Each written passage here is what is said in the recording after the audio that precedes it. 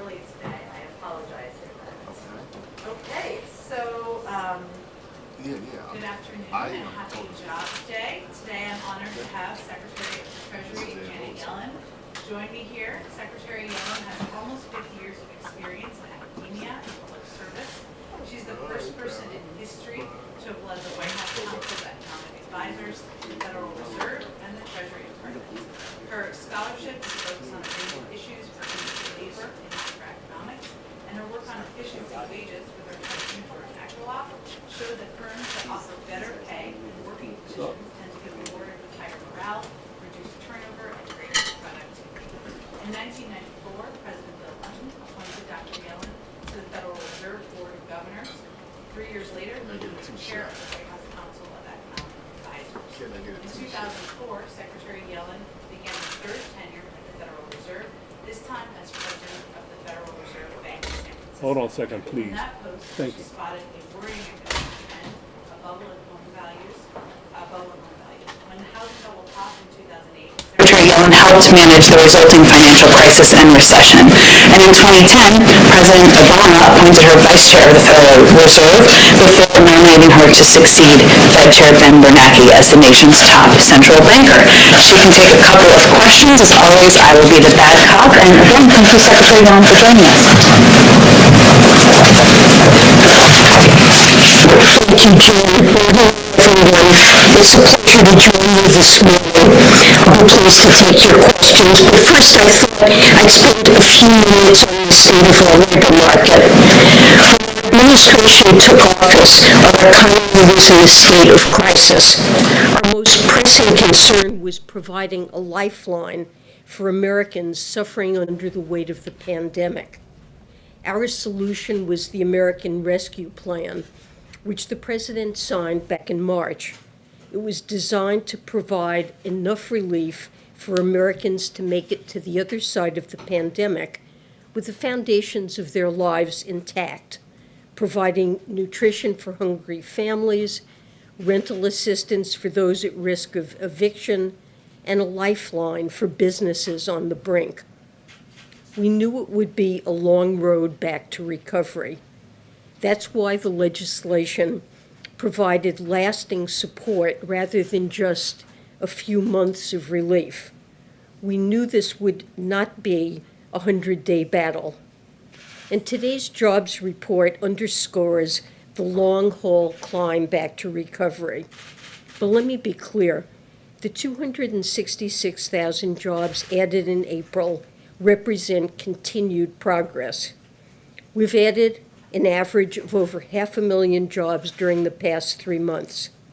And we saw promising growth of 331,000 jobs in leisure and hospitality, which includes the restaurants and bars that have been so badly battered by this pandemic.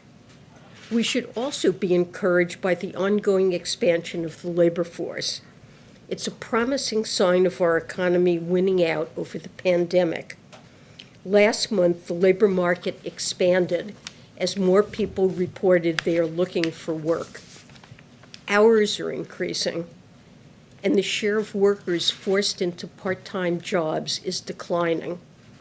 Indeed, we've made remarkable progress. After all, 1 year ago, we learned we'd lost over 20 million jobs in one single month. I believe we will reach full employment next year. But today's numbers also show that we're not yet finished. As our economy continues to heal, it's important to consider ways in which we can build back better.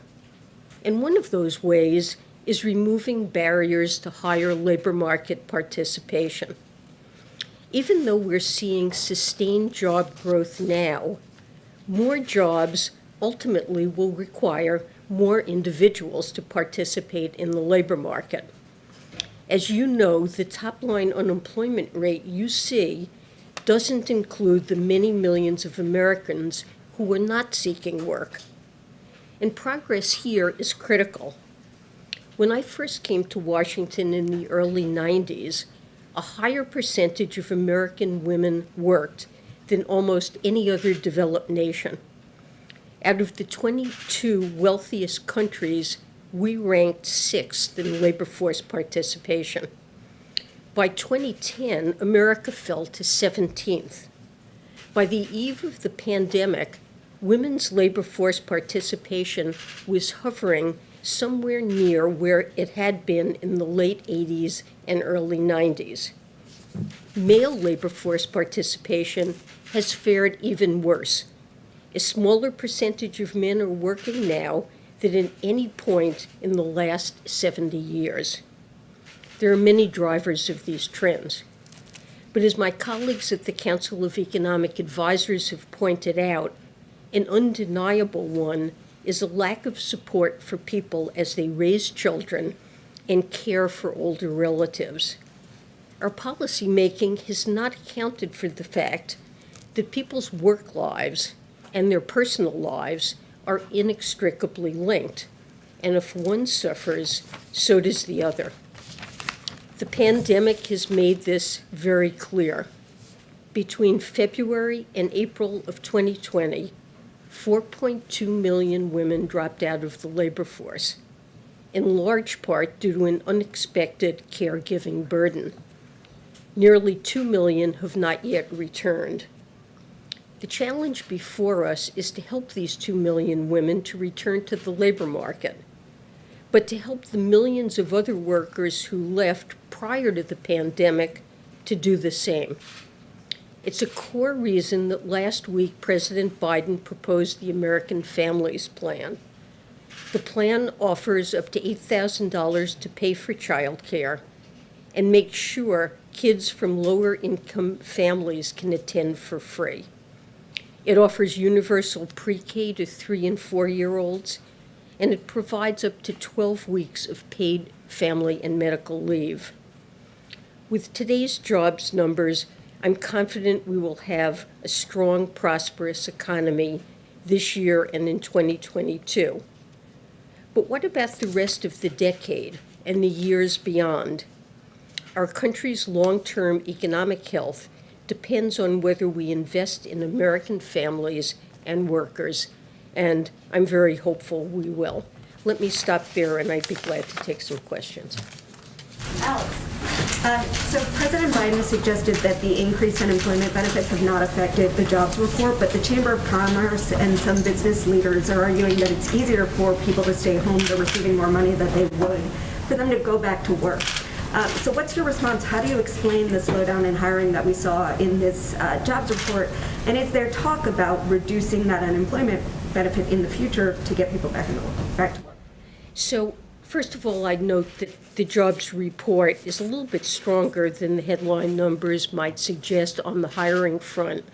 The number of people working part-time for economic reasons, namely involuntary part-time work, that number declined by 600,000, and average hours of work ticked up by 1/10.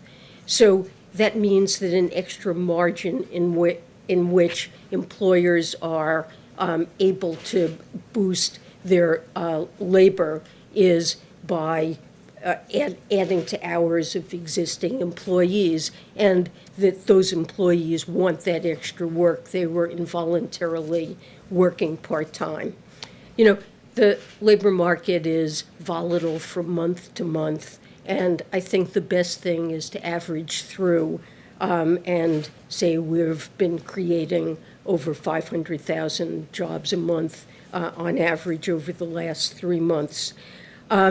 Look, but it's clear that there are people who are not ready and able to go back into the labor force. Many children are back in school, but not on a regular schedule.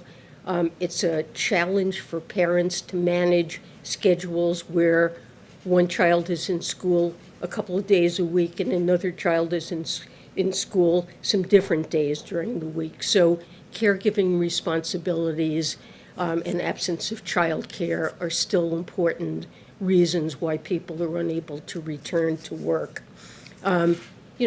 Concern about the pandemic and the health consequences, I think, remains a factor for many.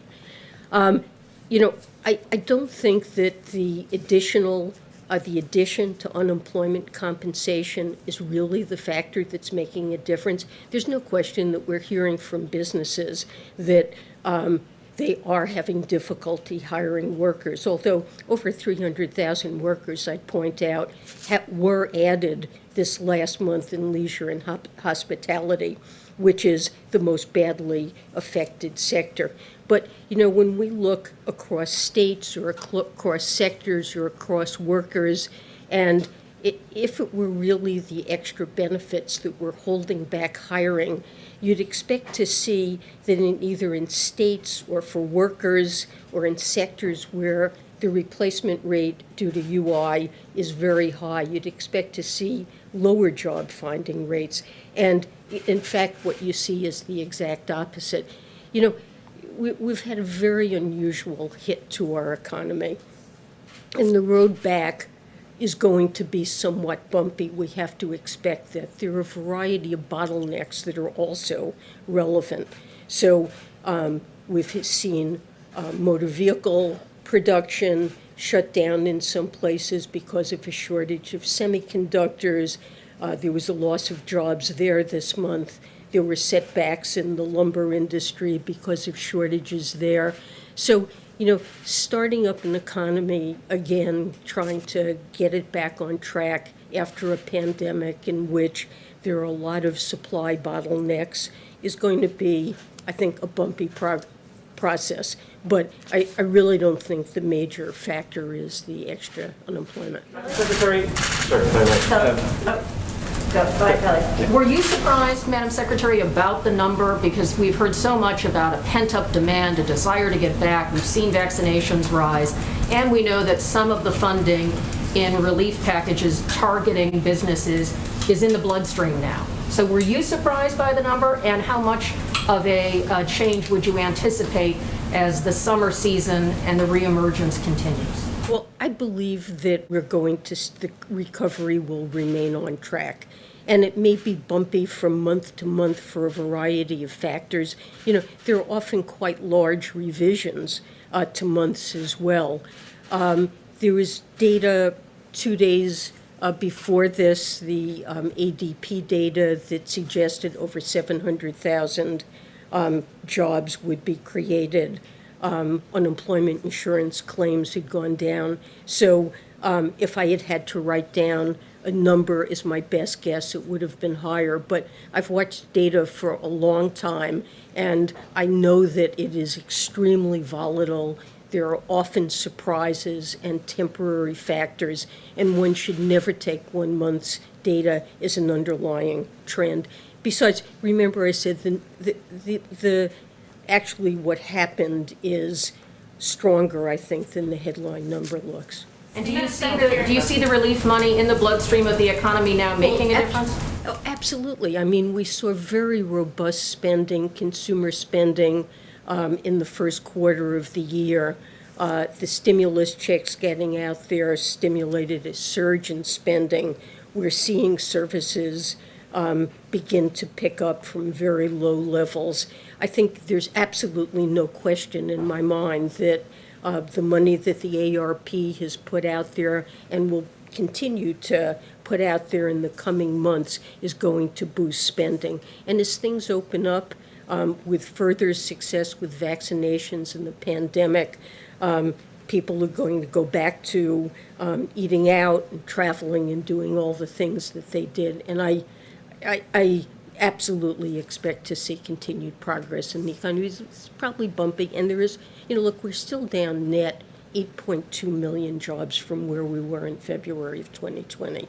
That is a big hole, and we're going to hit back, but it's going to take a little while.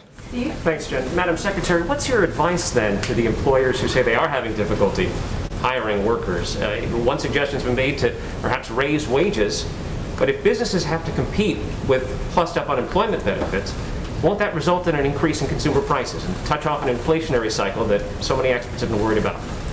Well, I really doubt that we're going to see an inflationary cycle, although I will say that all the economists in the administration are watching that very closely.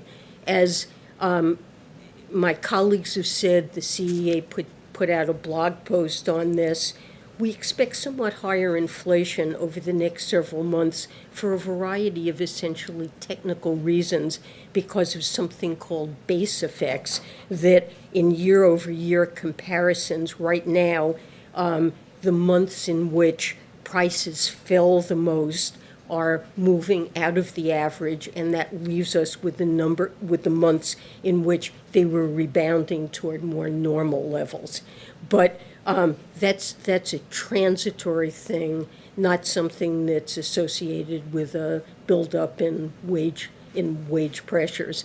I mean, with respect to wages, the best data that we have suggests that wage growth has really not picked up meaningfully. And in areas where you do see some pickup, for example, this month in services, there was a pickup in wages, but still, that's an area where wages actually fell at the beginning of the pandemic, and we're seeing a revival, not back yet up to normal levels. So, in areas where wages are more flexible, they fell a fair amount. As the economy revives, we expect to see a return to more normal levels. But I don't think we're seeing meaningful upward pressure throughout much of the economy, but we'll watch that very carefully. Madam Secretary. I was going to call on you, Slay. Go ahead. And Madam she's going to have to, sorry, this is going to have to be the last one, and she's always welcome back anytime. I think it's safe to speak for all of you. Go ahead. Madam Secretary, is there any more that you can share on how long Treasury's extraordinary measures on the extending the debt limit may last? There were some comments yesterday from the agency, but if there's anything more you can share on that. So all I can really tell you is that the debt ceiling comes back into effect on July 31st.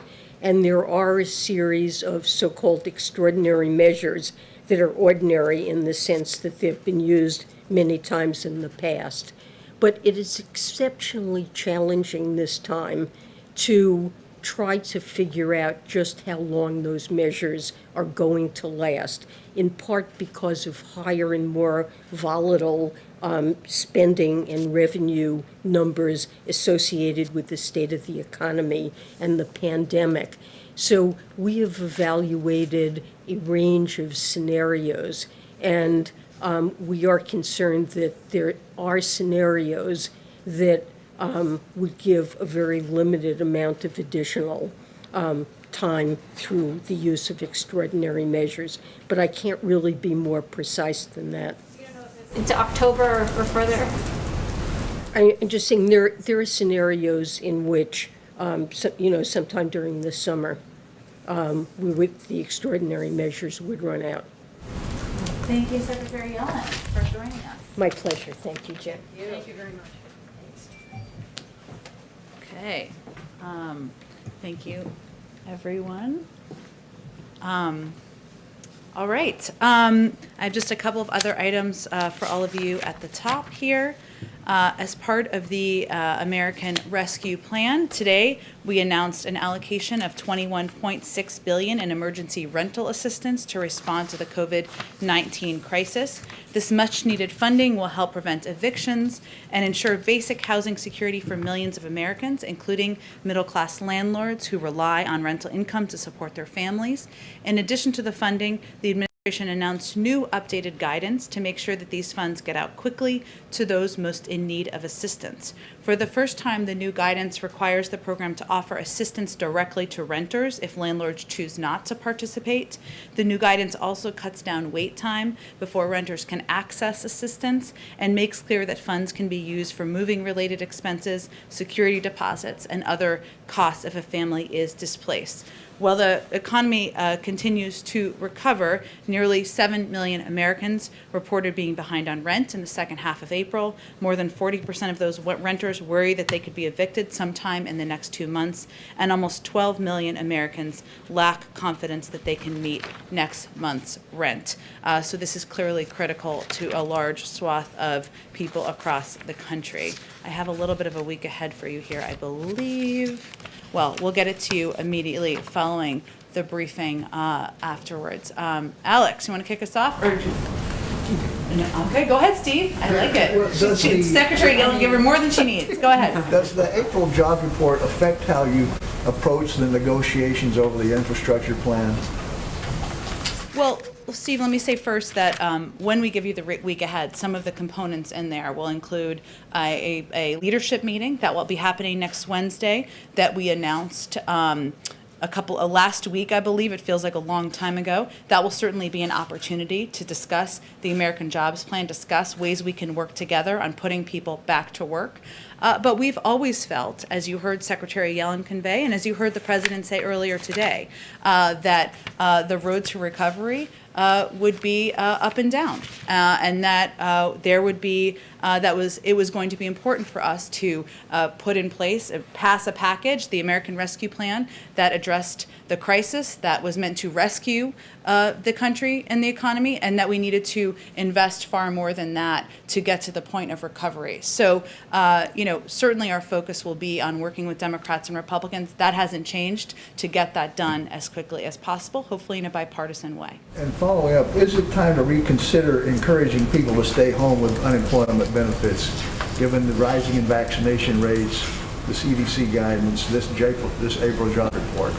Well, I would say that we're not encouraging, you mean in terms of CDC guidelines or in terms of supplying unemployment benefits? Yes. Sorry. Unemployment benefits. Unemployment benefits. Well, let me first say, because there's been a little bit of confusion about this, that there are certain requirements. In order to receive any kind of unemployment benefit, claimants must be able, available, and actively seeking work. And workers are not permitted to refuse suitable work and continue to receive benefits. That all remains true, including under the pandemic UI program. You're only allowed to refuse work and continue to receive benefits if you are sick with COVID, taking care of someone sick with COVID, or offered a job in an unsafe workplace. As the Secretary alluded to, there also continue to be challenges that are unique to this moment we're living through, including childcare restraints, the fact that 2 million women are left the workforce, and that has an impact, of course, on people rejoining the workforce. But our view is that these benefits continue to provide necessary assistance to families, to people who are out of work, to address what remains a challenging point in our economy. Go ahead, Kelly. Given the President's frequent encouragement that people get vaccinated, where do things stand as far as the President deciding whether or not he will mandate that federal employees must be vaccinated, or members of the military must be vaccinated, or would he work in conjunction with private sector employers who want to have those kinds of requirements for return to work? Well, I wouldn't anticipate that we would be putting requirements on private sector companies, and I would expect that we would allow the space for them to put those requirements in place themselves or decide what is best for their workforces.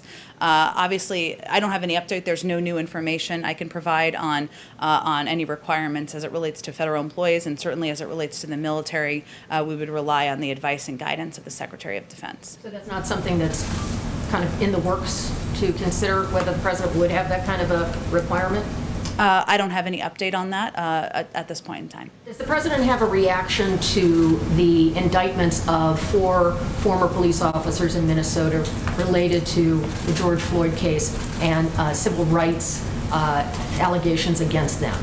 Well, obviously, we have seen the reports, and we are watching any follow-up closely, but we don't have any specific reaction to the legal actions that were announced today. I will say that, again, it's a reminder, as was the verdict in the Chauvin case just a few weeks ago, that there's still more that needs to be done. Well, that was a moment of justice, certainly, that it is just the beginning, and it's a reminder of the need to put police reform in place through our legislative process and put those reforms in place across the country.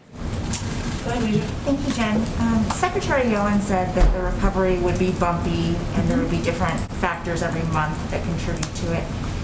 What factors do you think led to what happened last month and the numbers dropping from an average of 500,000 to just over half of that? Well, as Secretary Yellen said, I like saying that since she was just here, we look at monthly averages.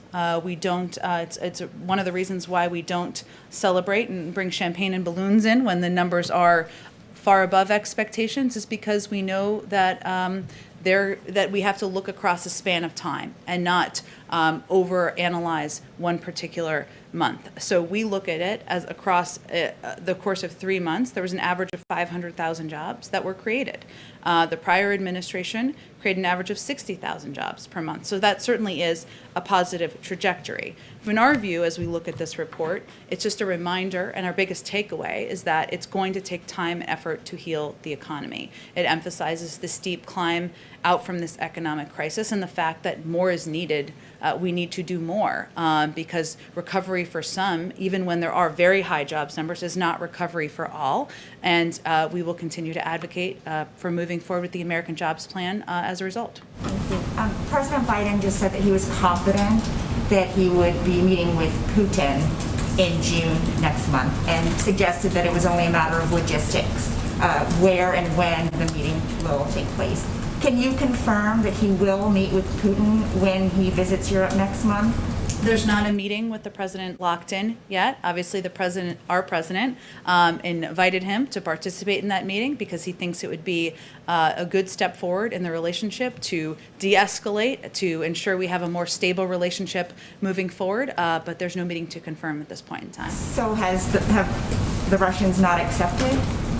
Have they accepted? There's, as we said, when the president had the discussion with President Putin, it would then be at the point where it would be discussions at a staff level about what it might look like, where, the timing, the components of an agenda. Those are still ongoing. And just one more on the voting laws that were passed in Texas and Florida. Does the president have anything to say about these laws? And does he, will he ask the Justice Department, or does he believe the Justice Department should intervene in any way to try to prevent the implementation of these laws? Well, on the second question, he will leave that up to his Attorney General and leaders at the Justice Department. I will say the president's view, fact of the matter is that these laws make it harder to vote. That's not a good thing. And his view is that any law that passes across the country should make it easier to vote, should not place limitations on giving food or water to people in any capacity in the line, should not limit the number of mail ballots you can help others return, should not allow challenges to voters based on their address, even when they show up with that address on a photo ID. These are making it harder to vote, not easier, and that's a fundamental view for the president. There's obviously federal legislation at the federal level, I should say, that he strongly supports. These are not the only states, as you well know, Weijia, where there are efforts to make it more and more difficult to vote. So he will continue to redouble his efforts to move legislation forward with Congress. His overall view is there's no good reason to make it more difficult for people to exercise their right to vote across the country. Thanks, Jen. Go ahead. So on expanded unemployment, there was talk of making those benefits permanent. Democrats had been talking about that in Congress. Has the latest jobs report impacted the way that the White House is looking at that possibility? And then can the president do anything to try to help pick up the pace of hiring? I mean, could you see a world in which he'd be talking to CEOs about raising their salaries, that kind of thing? Has he been looking at options? Well, I will say first, one, the president supports an increase in the minimum wage. The president also believes and would love to see action in moving forward the American Jobs Plan by this summer, because he is the first to tell you that we need to do more, the economy needs more, American workers need more, obviously for the short term, but also the long term. And we know that the combination of the American Rescue Plan and the American Jobs Plan would have a large net positive benefit on bringing our workforce back in. And also, the American Families Plan would have a huge benefit in addressing some of the impacts of childcare on educational needs, on covering that is preventing women from rejoining the workforce. In terms of UI benefits, I know that a number of Democrats have talked about that in the past, and we're obviously in the discussion phase at a staff level and discussion with committees from senior leadership here with members and their staff.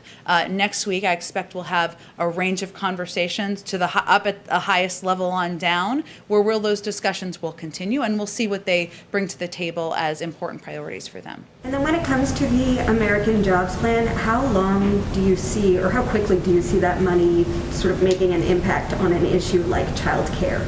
I mean, it's going to take a while for it to be implemented, that money to get out there. We likely won't see impacts until earliest next year, isn't that right?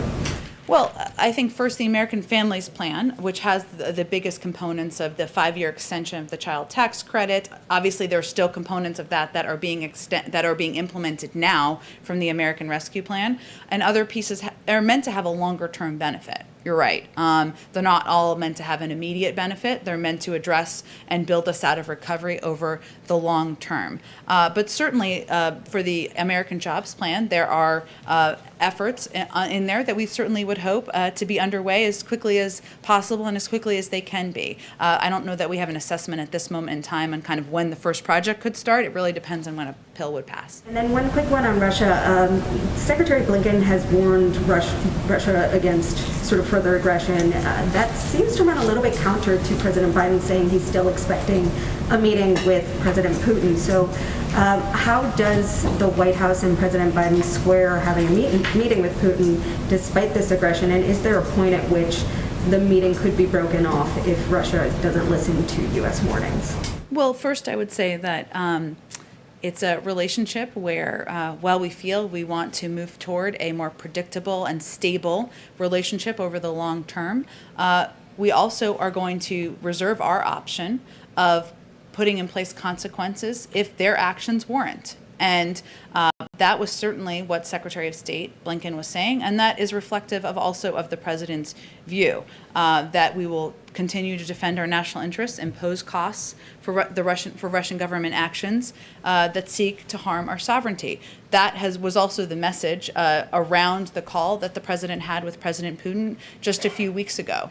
We want to move to a more stable and predictable place. But we also, when we announced our sanctions, we left in there maximum optionality to put in place additional actions should their actions warrant. No one wants to get to that point, but we reserve that right should we decide it's warranted. Go ahead. What's your message to Republican lawmakers who see today's jobs report as a reason not to pass this additional $4 trillion in spending, and how are you going to continue those negotiations given the report today? Well, that's hard to swear if they are suggesting that it is not a report that meets expectations while also saying that they don't think we should work together to do something to help put more people back to work. So that's kind of hard to understand. We have yet to see the effects of this $2 trillion get through the economy, and we're losing jobs. Why is that? Of the American Rescue Plan, I actually don't think that's what economists would convey, or nor is it what they have conveyed. We've created about an average of 500,000 jobs a month over the last 3 months. That's in stark contrast to about 60,000 jobs a month during the final 3 months of President Trump's administration.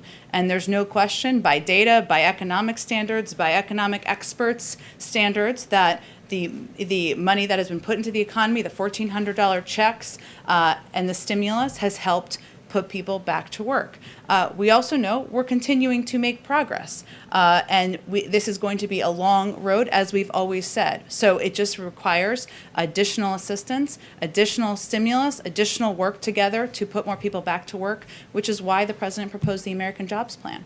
On the FDA's approval, expected to authorize the vaccine, the Pfizer vaccine for 12 to 15-year-olds any day now, what specific plans does the White House have in place to get the vaccine distributed to that age group? Well, the president talked about this just a couple of days ago, and if and when, we'll see, the FDA approves the EUA for 12 to 15-year-olds, we will absolutely operationalize and ensure that we're distributing that vaccine out into the country and in a way where we're meeting people where they are, working with primary care physicians, working with pharmacies, community health centers, and ensuring that we get that vaccine and those doses out to meet a new group of Americans who might be eligible. Go ahead. President Biden has a meeting next week with congressional leaders. What is he hoping to accomplish? He does have it on May 12th, it's going to be March 12th, May 12th, sorry. He has a meeting, bicameral, bipartisan meeting here in the White House. He's hoping to talk about ways that we can work together to put people back to work, to ensure we are making our workforce more competitive, to competing with China.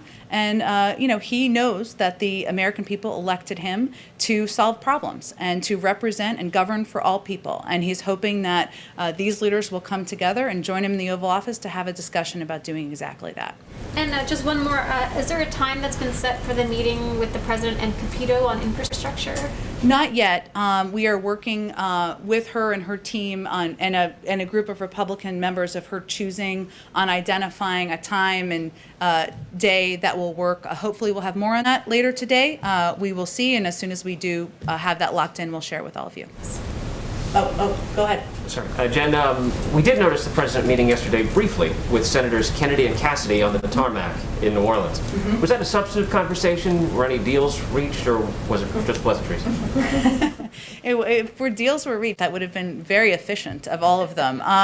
I would say that, I haven't talked to the president about his specific private conversation with them.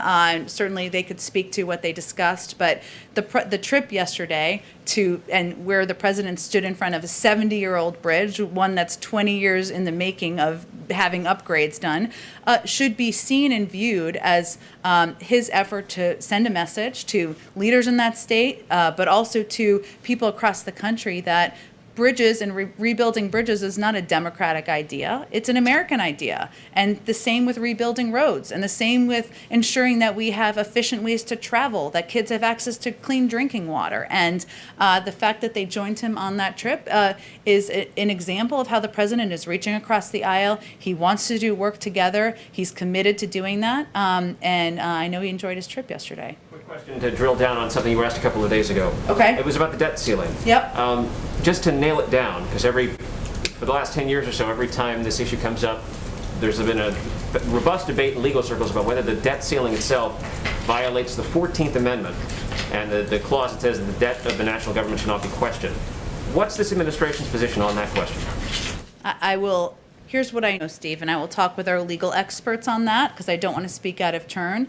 The president obviously has voted to increase the debt ceiling in the past and advocated for it as vice president, and he believes that it should be a process that Democrats and Republicans move forward on, just as they did 3 times during the Trump administration, including the same year where Congress passed $2 trillion in tax cuts for the highest income. That's his view, but I will see if there's any legal response to that particular question. I remember this debate, so you're bringing me back. Go ahead, please. Thanks, Jen. 2 questions. Several states, including South Carolina and Montana, are already looking at trimming unemployment benefits, saying that the labor shortage is created by the federal government's supplemental employment programs. Is the administration worried about a domino effect, or that other states would do this? Or is there any outreach plan to stop states from doing this? Well, we have, of course, seen that. I will say that though some individual employers may be experiencing increased difficulty finding workers, we haven't seen widespread labor shortages are not yet evident in the data. And obviously, there's always going to be a look at the data by our economic experts, and we are seeing little evidence that enhanced unemployment benefits are currently impacting or affecting Americans' willingness to work. We do recognize, as Secretary Yellen talked about a bit, that labor supply has been affected by the pandemic for a range of reasons, including childcare and schools fortunately beginning to reopen more than 50%, 5 days a week, just to note the data that came out just a few days ago. But there are lingering challenges that are unique to this moment, and we're certainly hopeful as schools reopen, as employers are better positioned, that we will be able to move to a different place, but we're not seeing that as an impact, as labor shortages as a mass widespread impact in the data. One more question. Last month you said that you'd provide an update on the president's medical records. I was trying to get a sense of when do you think there's going to be an update, seeing as he hasn't released them since, I think, December 2019? I don't have an update at this moment, but certainly when he has his next medical appointment, we will be transparent about that and provide that information to all of you. Is one scheduled? I'm not aware of one being scheduled, but certain. You're fine. It's okay. It's a Friday. Give everybody a break. You're fine. This was falling down last week. We had a plane flying over a few weeks ago. You never know. We don't have, I'm not aware of one scheduled at this point, but we certainly will provide you all information and data in a transparent way when it is scheduled and once he has that appointment. Go ahead. Thanks. There have been a number of media reports in recent days on a series of newly reported cases over the past 12 months of Americans experiencing Havana syndrome at home and abroad, including CIA officers, U.S. troops, and U.S. government officials in the Washington area. So a couple questions on this. How concerned are you about these newly reported cases over the past couple months? Well, first, let me say that the health and well-being of American public servants is a paramount priority to the administration, and we take extremely seriously reports by our personnel of anomalous health incidents. Our national security staff is working closely with agencies and departments across the federal government to address unexplained health incidents that some government employees have suffered and to ensure the safety and security of Americans serving around the world. And we are, of course, investigating incidents in which personnel have reported experiencing sensory phenomena such as sound, pressure, or heat concurrent with or followed by physical symptoms such as sudden onset vertigo, nausea, and head or neck pain. At this moment, we don't know the cause of these incidents, which are both limited in nature and the vast majority of which have been reported overseas. So right now we are working to investigate, taking every report seriously, and our national security team is overseeing that process. You say the vast majority have taken place overseas. How many cases have been reported to have occurred in the United States? I don't have any more specifics on reported incidents. I'm happy to see if there's more we can provide on that. And how many cases total have been reported over the 5 years that this phenomenon has been known to us? It's an excellent question. It's limited, but let me see if there's a more specific number we can provide to all of you. My last question on this. What is the NSC doing that is new that, again, over 5 years, 3 administrations, we've seen this phenomenon occur? What's new that they're doing to try to get to the bottom of it? Well, I can't obviously speak to what the last administration did or didn't do. What I can tell you is that our team is coordinating a full review of intelligence reporting to ascertain whether there may be previously unreported incidents that fit a pattern. We are also working closely, as I noted, with agencies and departments across federal government to address unexplained health incidents that sometimes they're reported in to different agencies and it hasn't all been gathered into one place. So that's how you can look at it across the board and see if there are patterns. So that's a way we are approaching it. And I can't obviously assess how that compares with past administrations. Just one last question on a different topic, on Russia. What gives this administration the impression that Vladimir Putin wants a stable and predictable relationship? Well, all I can speak to, Michael, is what our intentions are and what's in the interest of the United States. And in our view, it's in the interest of the United States to have a stable and predictable relationship with Russia. It doesn't mean that we are going to hold back, as we've talked about a little bit before, from implementing consequences when their behavior warrants, as we did just a couple of weeks ago. But that's the reason that the president offered to have a meeting. Again, we're working through the question of, some logistics, but place, location, time, agenda, all the specifics, and that was always going to happen at a staff level. It's really up to them what they want to achieve, but here's what we know. The United States is a member of the G7. We're working in close partnership with our partners and allies around the world, from Europe to Asia to, on a range of shared global interests. And I think the question for Russia is whether they want to be a part of that global community. Go ahead, Jeff. Hey, Jen, how you doing? The first one, I know you're just doing your week ahead and it's not settled, but do you have a time for the BICAN meeting? Because as you know, House Republicans are going through some leadership elections. I've heard that. We don't have a time. It may be set, Jeff. Let me see. I think we'll put out some more details on the week ahead, but I don't have the time in front of me. Whether it's the first part of the day or the second part of the day. Correct. Correct. Back on the Russia issue, I know you've done a lot of these. Yeah. And you mentioned U.S. sovereignty, but Putin, there's also a move in Russia to crack down on internal dissent, including declaring the Navalny's party as I think it's called an extremist group, which has caused its offices to shut down across the country. Could Russia do anything internally that would cause the summit to be off?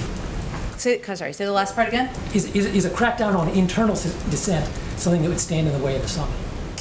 Well, first let me say that the United States put in place a number of sanctions in reaction to the treatment of Navalny in coordination with our European partners several weeks ago. It was separate, or it was earlier than the other set of sanctions that we announced, but we did to put those in place because exactly of their treatment of Navalny. Obviously, human rights, freedom of speech, freedom of expression, values are all issues that the President, Secretary Blinken, National Security Advisor Sullivan raised with their counterparts. But the invitation to have a discussion and have a meeting was not offered with the prerequisite that every issue is resolved in advance. We expect we will still continue to have disagreements, and we will certainly voice those if and when that meeting happens. So no, that wouldn't be a predetermined component of it, but certainly we will continue to voice concern, and we will put in place consequences as actions warrant. And just one more on vaccine holdover from Tuesday.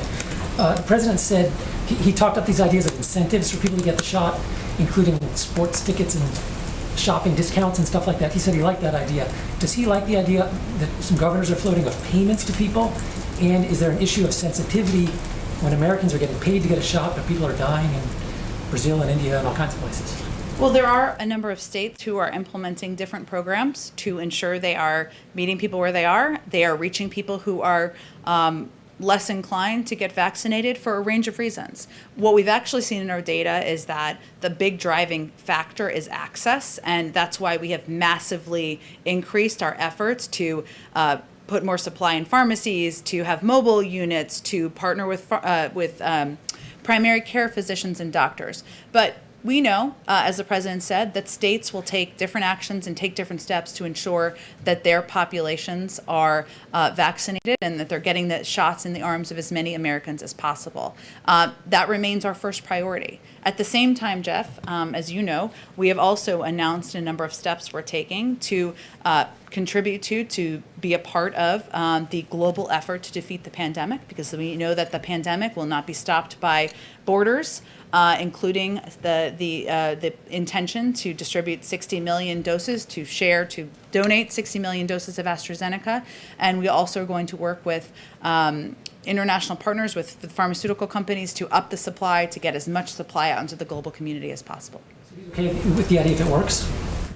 He supports, we all support, the administration supports efforts by different governors to take steps to ensure there's more vaccines in the arms of Americans. Let me just go ahead. Thanks, Jim. On the subject of the stimulus checks, the president sent out a letter to millions of Americans who have gotten these checks. And just a few weeks ago, when you were asked if his name was going to be on the checks, he said this is not about him. So why did he feel the need to send this letter? Well, I think the primary driving reason at the time, several weeks ago, was that it could potentially delay the direct payments going out if they needed to be signed by the president. And we just didn't think that was an appropriate step to take. So this is a pretty standard letter that goes out with physical checks that are made, of which there are a small percentage of these checks that are actually physical checks. But it was just a letter that went out with them, but not intended to make it about him. It's about the American people, and we didn't have him sign the checks because we were concerned about any impact that would have on delaying them going out to the public. Okay, and a couple more questions for some colleagues who cannot be here. Okay. The first is from some of our friends in Atlanta, and it's about the Atlanta mayor's announcement that she is not going to seek re-election. She, of course, was a supporter of the president's. Just a few weeks ago, he even participated in a fundraiser. So was he given a heads up that she was about this announcement? What is his reaction to the announcement? And are there any discussions to bring her into the administration? I believe she's already announced what she intends to do. I'll let her speak to that, which is to go into the private sector, but I don't have any other insight into her decision-making. And she remains, of course, someone who the president has a fondness for, and, they got to know each other a little bit during the campaign, but beyond that, I'm not aware of a heads up that he personally had. Okay, and one more for another colleague. Given today's jobs report, does the White House have any concerns about raising taxes on the wealthy as the president has proposed? We don't. What we're talking about here, just as a reminder, is bringing the highest income bracket up to what it was during President George W. Bush's administration, impacting about 1% of the public. No one making under $400,000 a year would have their taxes go up. That's a line in the sand for the president. And that remains his approach and policy moving forward. And also, what these tax proposals are meant to do is to pay for a historic investment in infrastructure, historic investments in childcare and education, something that there is broad support for across the country. Go ahead. Thank you, Jen. I have two questions. I just asked President Biden if he believes the Iranians are serious about negotiation in Vienna, and he said yes, but how serious and what they're prepared to do. So after 3 rounds of talks, is the White House frustrated with the lack of progress? Are you there where you want to be? And if diplomacy fails, what are your options to stop Iran from acquiring nuclear weapons? Well, first, we always knew that this would be a long process and challenging. But we also feel that it has been a good sign that there have been diplomatic engagements over the past several weeks, even through indirect channels with the Iranians. Some progress has been made, and we have a better idea of what we need to do moving forward. Both to come into, of what we need to do to come back into full compliance, and Iran has a better idea of what it needs to do to come back into compliance. Returning to the deal, as you know, would require Iran to significantly roll back its nuclear program and block every available pathway to a nuclear weapon. But the talks are continuing. That is a good sign, and I'm not going to get ahead of a prediction of what the outcome will be of them. Right, okay. On Yemen, the president envoy, Linda King, just got back from the region, as you know, from the Gulf, and he said that they offered a fair deal to the rebels in Yemen, the Houthis, and they rejected it. What leverage does the White House have, considering that the president put it as a top priority for him to end the war in Yemen and the suffering of the Yemeni people? Are you talking about the group that the administration group that was just overseas on a trip to... But the P1 and the UN as well, they've been part of this as well.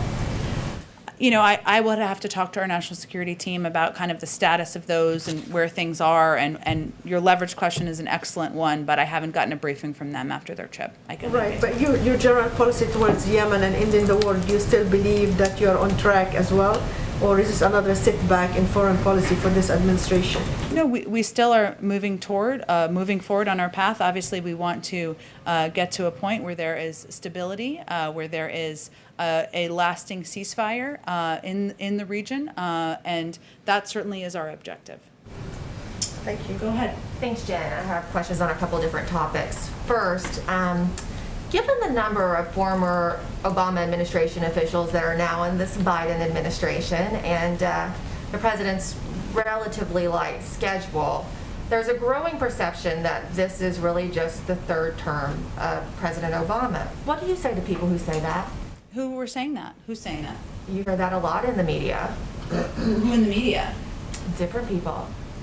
Like? Well, there was lots of questions about when you had Japanese Prime Minister Suga here on the one and only so far in-person bilateral head of state meeting. It was Vice President Kamala Harris who greeted the Prime Minister. Many people found that odd. She's already taking independent one-on-one calls with key allies like Prime Minister Morrison and Justin Trudeau. So I just want to get your reaction to people who question that. Well, it's hard to react when I don't know what people you're talking about. I will say that the president met with the prime minister, as you know, and had a full meeting, a full press conference afterwards, and they even shared a meal. So, and the president has had dozens of conversations and calls with world leaders, and Should be no surprise that the Vice President is also playing an important role, engaging with and having discussions with foreign leaders. It's more so than other vice presidents have.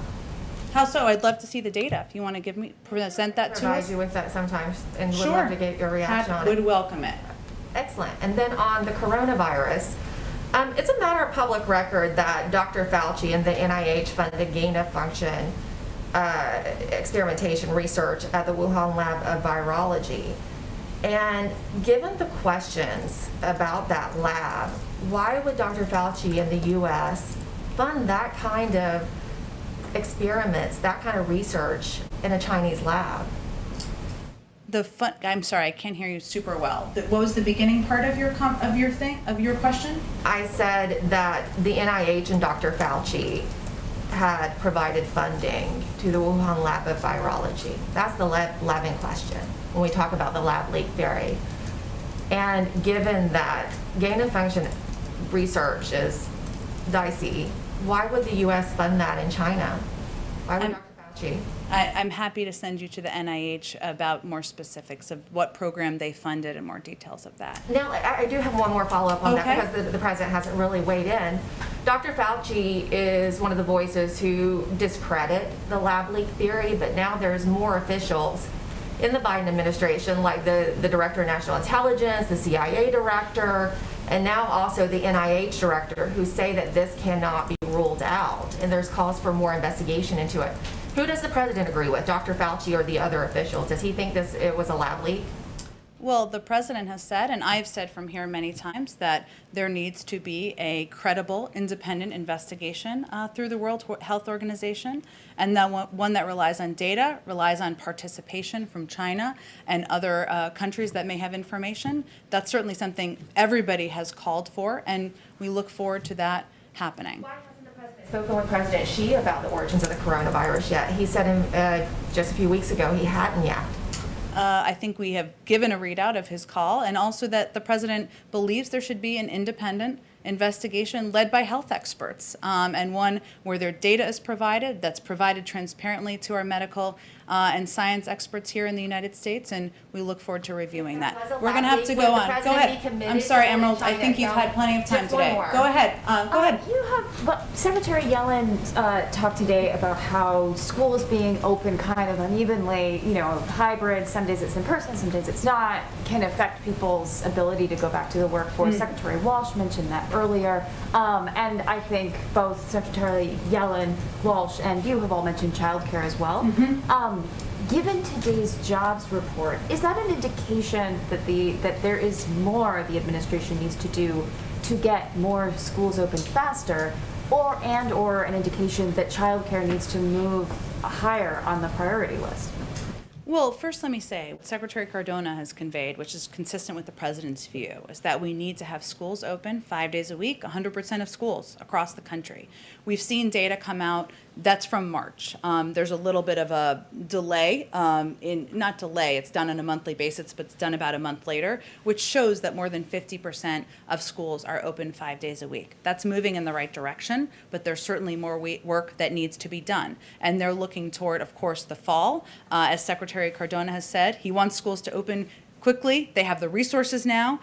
We have mitigation steps and measures that have been put out by the CDC, and he is working, this is his top priority, and he's working with districts across the country to do it as quickly as possible. So there was already an urgency in doing that, ensuring that was happening as quickly as possible, but there's no question that the impact of the pandemic, the fact that 2 million women have left the workforce, the burdens of, the challenges of balancing work, childcare, elder care at times, has had an impact on women and on our economy overall.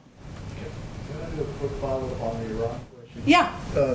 Iran's top negotiator is quoted as saying today the United States has expressed its readiness to lift many of its sanctions on Iran at the Vienna talks, but Tehran is demanding more. Is that a fair assessment of where things stand? Well, first let me say, State Department has done briefings on this, but let me reiterate what they have said, which is that we will not get into a situation where the United States does more than is required by the JCPOA agreement in terms of sanction relief and Iran does less. So what we're really talking about is mutual return to compliance with the JCPOA. We'd be prepared to lift the sanctions necessary for our JCPOA compliance only if Iran were prepared to return its nuclear program to its JCPOA status. So that is our view, and how Special Envoy Rob Malley, who's been exploring concrete steps concrete approaches concerning the steps both Iran and the U.S. can take, that's what our approach and the bottom line is from our end. Go ahead, Kelly. When you give us the week ahead and you talk more about the leader meeting, what impact do you think Leader McConnell's comments about working with great focus against the Biden agenda? He said it in a number of times now. And does the president view that as an impediment to having a productive meeting, or is that just politics that he's willing to write off? How does the president view that? Well, the president's view is that he's ready to have a clean slate, and let's welcome the leaders here. He believes his goal and his what the American people elected him to do was to bring the country together, to bring leaders together to discuss how we can move together and put people back to work, put in place an agenda, put in place policies that will help contribute to doing exactly that. He also has said, and we're not at this point, that inevitably there will be some strong disagreements with Republicans. And we know that. He was in the Senate for 36 years. He's certainly no stranger to that. And that he's ready to debate, he's ready to, but he's also ready to press forward and doing work on behalf of the American people. So he will continue to seek bipartisan paths forward. Doesn't matter the language or the rhetoric of folks on the other side of the aisle, because he believes it's what the American people elected him to do. Go ahead in the back. Quick follow-up on your answer before. Given that you guys see childcare is so important to the labor market, was it a mistake to put childcare in the second part of the infrastructure plan? Should it have actually been included in the first? Should it be an even higher priority? Well, first, the child tax credit was extended in the American Rescue Plan, and those benefits, which are currently being implemented and going out to families across the country, is something that we think will help reduce poverty and help families who need help the most at this time. He proposed it as part of, they're not seen, the American Jobs Plan, the American Families Plan are both seen as pivotal priorities to the president, and ones where he's looking forward to talking with leaders in Congress about how to move them forward. And if they come to the table and want to push for the ordering of things or the mechanisms for the components moving forward, he's happy to hear from them on that as well. Thank you, everyone. Oh, I'm sorry. Oh, hello. I forgot it was Friday. Hello. Well, thank you. I apologize. Well, thank you. As a part of our effort to bring more people into the briefing room, today we have Shabeli Karazana, tell me if I butchered your last name. As someone with the last name Psaki, I certainly understand if I did that, and I apologize, joining us from the 19th. So welcome. How can I answer your questions today? Well, thanks so much, Jen. And it's okay, everyone butchers my name, so I'm kind of used to it at this point. But you didn't do too bad. I have two for you. One of them is on childcare. The American Rescue Plan included a $39 billion investment to stabilize the childcare industry. That money has already gone out to states. But the administration also said it would provide guidance on how the states should best disperse those funds. It's an important question considering the massive administrative challenge this poses for states. So I'm considering that money's been out for about a month now, or almost a month. When is the guidance from the administration coming, and what can we expect it to say about what states should prioritize when distributing the funds? Well, first, in mid-April, I know you've been following this closely, but for others, the administration, we announced $39 billion to help early childhood educators and family child care providers keep their doors open. And this funding is, of course, a critical step for child care centers around the country. You're right that the next step is providing this guidance for how it should be distributed. We're also working at the same time to implement and get a lot of programs up and going and implement the American Rescue Plan as quickly as possible. I asked our team about this, and what I can tell you is it's going to come soon, and we are eager to get it out the the door, and we are finalizing components of that guidance to get it out to states, to childcare providers, to territories, so that they can implement, they can get this funding into the communities that need it the most. Great. And I have one more sort of similar theme.